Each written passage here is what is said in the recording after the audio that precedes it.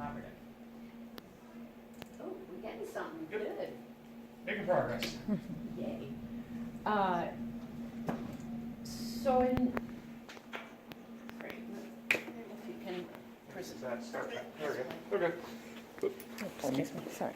Yeah. And we're going to sort of, we're filming this so that we can have it to show to Deb, but also to kind of, it's time for us to start communicating to the wider community in Nevada, because we've just launched as a nonprofit, Education Innovation Collaborative, as up there in the corner says, our mission to reimagine education to empower all learners.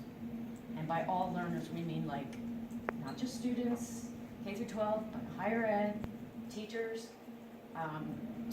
everyone who's a learner, our parents, our district leaders, our Department of Education, and everyone is a learner because things are changing so quickly in this world. We all have to be agile, adapting, quickly responding to what the community, the economy, our employers need from us. So we are here to sort of launch or I should say make more effective the vision for Nevada, which is to help everyone thrive. So that's kind of a big grand mission. And I'm going to introduce Priya to kick us off, but before I do that, I wanted to just say, why am I even here? I haven't been an educator in a traditional sense in a classroom, but I went down the path of engineering into business and information technology strategy on a global level. I worked overseas for 3 years. And the reason I went that path was I wanted the biggest challenge. What's going to be really difficult? What is it hard for? What's the hardest thing I could take on my plate and try to have an impact in the world? And at the time, it was information technology and how to leverage it to make business more efficient, and effective, and sustainable. And when I finished my second master's and my PhD while I was raising 2 kids, it was in transformative learning and change. And what I realized was it wasn't the businesses that needed to be transformed. They were doing fine. They had the resources, they had the profit stream, they had consultants like me to, go in and change things up and redesign and do change management. Well, I discovered with my kids going through the system that education system needed that kind of help more than the businesses. So that's why I sort of pivoted into education.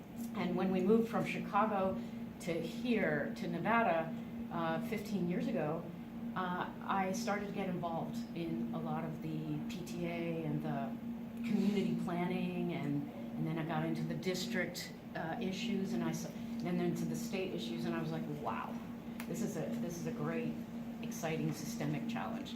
And so I actually wrote a grant with Priya helped, and John Moran, who's a doctor of education and technology from up in the Reno area. We wrote a grant for the super school, the XQ super school, which was to redesign a high school. And what would, if you could dream out of the box, what would that high school look like? And we got to the semifinals in with our application, and it was exciting because the documentary team was filming us in our meetings and our sort of pitches to the different players. And we didn't make it to we didn't get to the final 5 picked for the $10 million grant. And the reason is because we didn't really have a home base for this school. There was nobody district-wise or whatever that would be ready to take on and own and operate a school of the kind that we envisioned. And so we pivoted and created the Education Innovation Collaborative to create the conditions in which that type of innovative, we call it sort of it's a paradigm shift in how education gets delivered to empower students, that we realized we needed to help build the conditions and the climate across Nevada to collaborate and make that happen. So that's why we're here in a nutshell. And what we're going to do here today is sort of describe what that learner-powered vision looks like, and how even Monday, tomorrow, you could begin to move the needle a little bit on empowering kids in the classroom today. And just to get a sense of who's in the house, I know 3 of you, I think, and so we have Carson City represented, we have CCSD, we have Department of Ed, and then tell me where you're now, just so you can get a sense. We're CCSD. CCSD. Ahlawat Middle School. Middle school, okay. You're also middle, okay. Same? Oh my goodness, they're all from that school, that's cool. No, not from the same school. Same Same Oh, Same district. District. okay, which school? Courtney. Courtney Middle? Junior high. Junior high, Or or middle school. middle, okay, we got good middle school. CCSD, but I'm a behavior intervention, so we have like 19 schools. Ooh, you got like a Yeah, lot of I kids. travel a lot. Okay, good, glad to have you here. And what was your? East Tech. East Tech, High school. High school. CCSD. great. And then Battle Learning Academy. Learning Academy, awesome, great. The district's online school. Yeah, and is it considered CTE type? No, it's CCSD. Okay, but It it's was online. online. Right. Awesome. We have a great distribution. And just to be clear, is anybody with Nevada Ready 21 program? Oh, well, we're in. Well, our schools Our are school is. participants in it, yeah. Yeah. That's what I mean, yes. So Yeah. you're participants? Okay, great. And then, so you guys know each other? No, you don't? No. Okay, so Carson and CCSD. And then nobody's here from competency-based education, correct? No, all right. And one more quick question. Summit Learning. Does anybody have affiliation with Summit Learning? Okay, good. So we know what we're dealing with. Now, I'm going to hand it off to Priya to give a overview of the conditions we're working in to make this change happen. And I will hold that.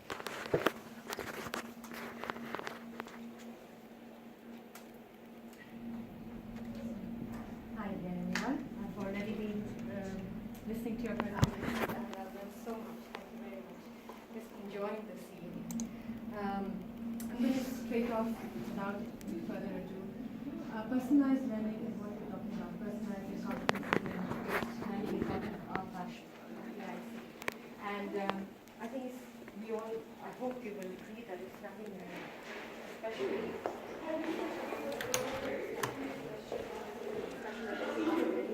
special education so well. I'm sure you would definitely agree that, and everyone else would, I'm sure too, that it's been going on for many years, especially in special education, through what we all know as individualized education plan. But now the time has come for this individualized education plan for it to be for all learners, for typical and atypical. And I know it sounds very utopian, but it's possible now with technology. And most important, I think you as teachers are working with an increasingly diverse population. And I'm not talking about diverse in terms of race and gender here. I'm talking about diverse in terms of slow, fast learners, the kind of background experiences these children are coming from. I mean, hats off to you for having to deal with this kind of diversity in a classroom. So the kind of background experiences they're coming from, and being a CASA myself, that's my passion. That's how I got involved in this project with Mary, is my work, or what I experienced when I worked at the emergency shelter in Reno, Kids Cottage. And this background experience would give them the label of at risk, which would give them the label of this at risk. Traditionally, it's the children, they would not fall under the category of special needs. But this kind of background experience that they come from, I think they need support as much, if not more, than children with special needs. And if not, there is a huge danger of losing our children to delinquency, as you are aware, and instead of becoming future constructive citizens of society. As per the annual report of the Eddy House, which is a shelter in Reno, we have Northern Nevada, a So there's a slight correction, Northern Nevada. So this is where we take over, and the Southern is the fastest growing in homeless and human and drug trafficking. Not Southern Nevada. You would think it's Southern.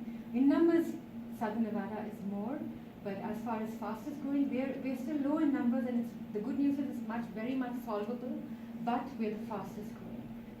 Possibly the economic dynamics, what's happening, the kind of geographical location it is in. I don't want to go into all that. And this is from the annual report of Valley House. This particular graph is, I mean, look at what our youth are using today. Yes, you I'm take the trying. next one. So this is the kind of stuff they're using. Alcohol 65%, marijuana 45%. Treatment prescription drugs is huge. And I'm just touching the K-12. We don't even know what's happening at the university level. I'm back to being a student getting my licensure, and I'm seeing what's happening. Prescription drugs, they're distributing things of how to prevent it. There's a huge abuse of that, and all the others. We have a lot to learn from the South, because the South has faced a lot of these challenges already for quite a long time. And you have found you're doing some great research from the last summit that we attended, UNLV.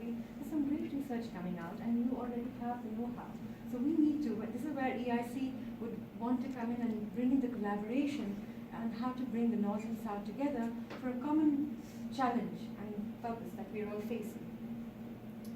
Coming to the next one, which is the map. As you see, again, these are slides which I've got from Stacey Ward, who is the Drug Prevention Abuse Coordinator for the Reno Police Department. And this is the research they have been doing, and currently continues. Some of it is published, some of it is not. As you can see here, Nevada is it's the highest in drug poisoning deaths. That's more than 12 per 100,000 at that rate. Another huge concern, marijuana has been legalized, but the TCH levels, I'm not sure if you're aware, it's 70%. The original plant-based ones were 15%. Now they're 70%. So these very enticing looking cookies and candy that students are taking, you think they're going to stop at one cookie, which already has a 70? No, they're going to have more than that. So they're getting huge potent amounts of this consumption. They're consuming huge amounts of this.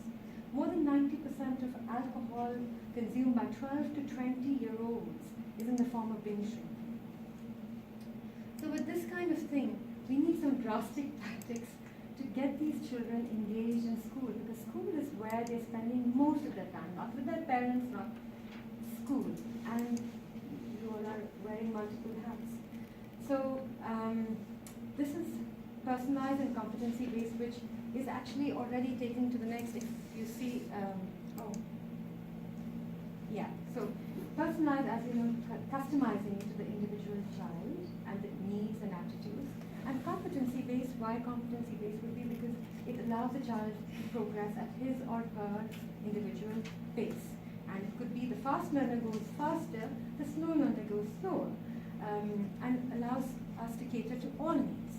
And even the gifted and talented, we don't want them to get bored and become twiddling their thumbs and become at risk either. So this has addressed all, and it's crucial to the success of all learners.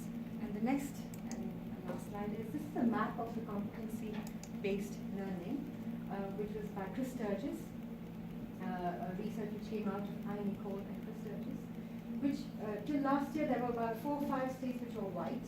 Now you have only one. But Nevada till last year was white. In other words, they didn't have anything for that, for competency-based learning. But last year we got a bill which was approved called AB 110, which allows us to implement it, but we don't have any funding. Ironically, as you can see, we are all surrounded by all the most advanced states in personalized and competency-based learning, people who have been doing a lot in it. And as you can see, the green, which are developed states, and the rest are all emerging. So there is a lot going on, not just in the nation, but across the world, in personalized and competency, Scandinavian countries, as you all know. So it's something that we could think about seriously. We need the funding for it. And are my references. There's some of it, and Mary will be giving you the slide.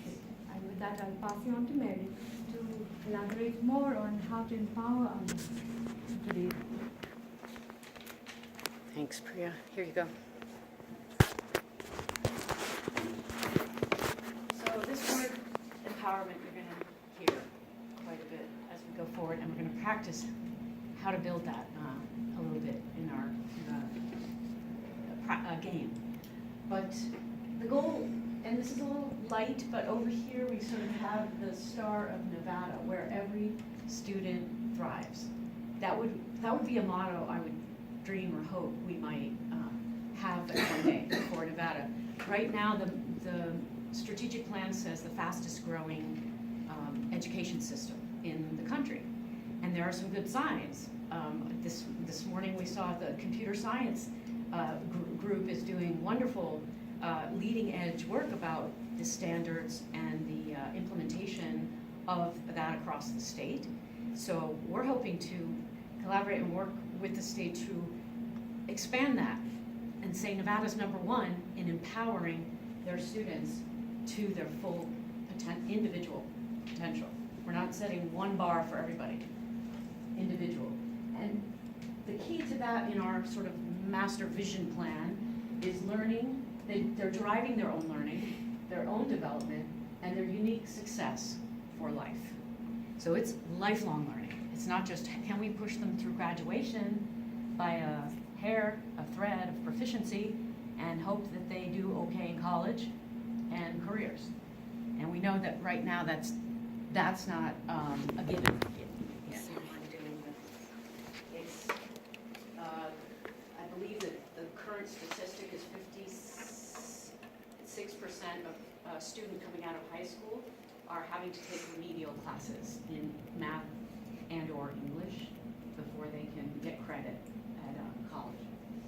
So one of the things I wanted to just sort of brainstorm as a group, creative thinking, is what do you think personally, not what research and studies say is going to help our kids be successful. What do you think drives the capacity of the children you work with to be successful for life? Can you think of what words just come out of your instant experience? Think back to last week. What showed that a kid was going to be successful? In your communicate? Yeah. Ask questions. Oh, so questioning and Relevancy. relevance, like the relevance of the work they're doing. Yeah, relevance of the. To their interests. Yep, relevance, interest.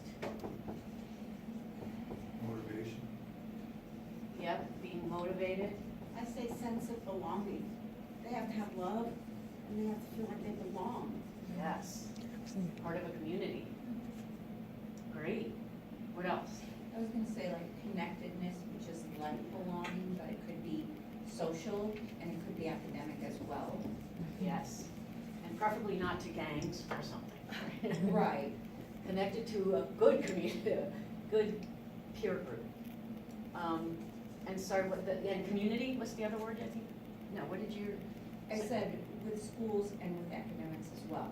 So being connected in their own learning, and then also that belonging of being part of a community and feeling welcome. Yes, and connected, some of the language we're using is mental and social emotional, academic, feeling connected to what they're doing in class. What else? What I'm thinking of is more with the parents, getting them not just involved, but to bring them up to understand what that kindergarten isn't what it was for ourselves. That what core is asking of them in math and English. How to go about through homework and get additional help and support that they haven't done math and in the classroom math and 15, 20 years, So you know. part of that is knowledge, but part of that is, It's like a re-education of, or Yeah. updating the Mindset. mind, there you go. is it a mindset of, or even having the confidence that they could learn to help their child through this difficult math that doesn't look the same as they knew, right? It's like a confidence. But that means they have to be part of the team, right? They have to be part of the connected community Yeah. that the The buy-in. student actually wants their parent to be part of their learning community. So part of that is the growth mindset. They don't have a fixed mindset, they have, Yes. and I think things like integrity, responsibility, those are all things that have to be considered. And I'm gonna put that one way up here because that is a very loaded word. Yes, it is. That's a big, big word that I'm going to highlight because in my studies of this, that can turn the tide in a big way. What, you said responsibility, right? Yeah. Okay. I'm Yes. gonna put that, well, no, I'm actually gonna put that one up here. Responsibility. Anyone else? Accountability. Sorry? Being able to advocate for yourself. Self-advocate, how about, yes, I'm gonna put that one up here too. Self-advocate. Accountability. Accountable, yeah, accountable and persistent, I'm gonna put that one over here. Yes, there's so many things, but more? How about, metacognitive? Anyone like that one? Yes. That, that's a big buzzword in the mental academic because by being metacognitive, we're reflective on ourselves and we can also reflect in a more complicated way on the world around us. And that's when problem solving can happen. And metacognitive allows us to study our social, emotional self so that we can better regulate ourselves. And when do we belong in a community?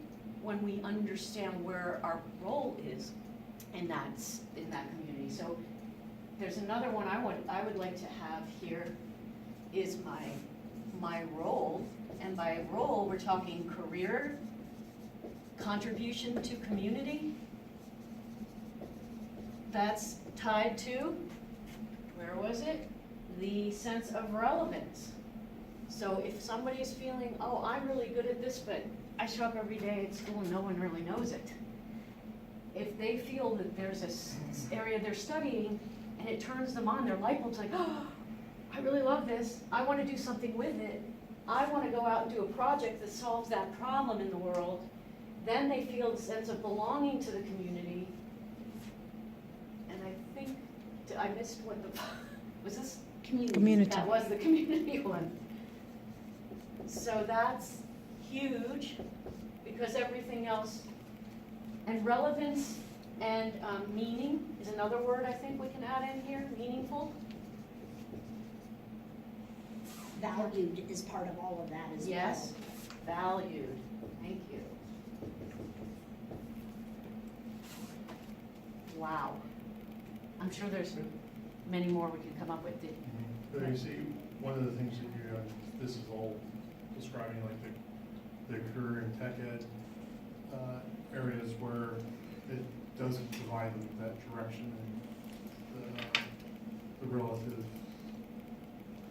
Do you mean CT isn't CTE. providing them help with Well, that piece of it? no, it does. I'm Oh. saying it provides those students the ability to move forward in a particular direction. And express it. To drive that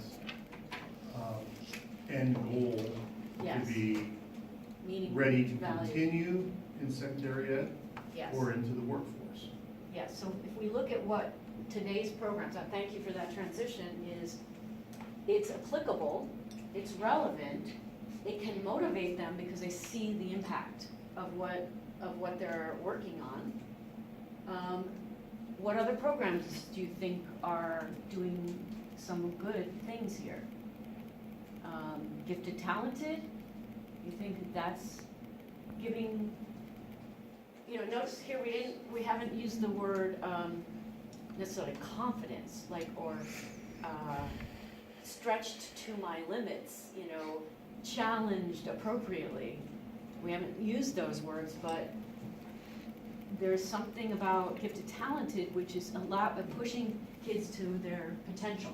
Yeah, but a lot of that drops off in fifth grade. After what you said? Fifth grade. Fifth grade, you think? So we're not doing well? You don't have that in a middle school or high school program. Except if you look at AP, maybe, as a. But that's not gifted and talented. That's more rigorous. But that's not necessarily gifted and talented. Good distinction, I agree. And how about so I say gifted and talented is helping some of this metacognition, maybe? Some part, but it drops off. Well, it's not that it drops off, it's the indicators, because you put them in like maybe honors programs, or they're in a higher math than other peers, or